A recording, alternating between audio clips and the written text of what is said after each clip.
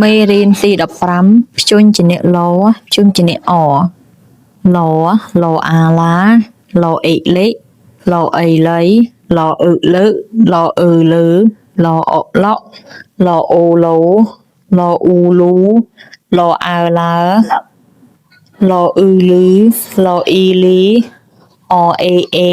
អអែអែអអៃអៃអោអោអោអអៅអៅអអមអមអអំអំអអាំអាំអអាស់អាស់អអងអអអេអេអអោអឡូអ៊ំអូកៃឡា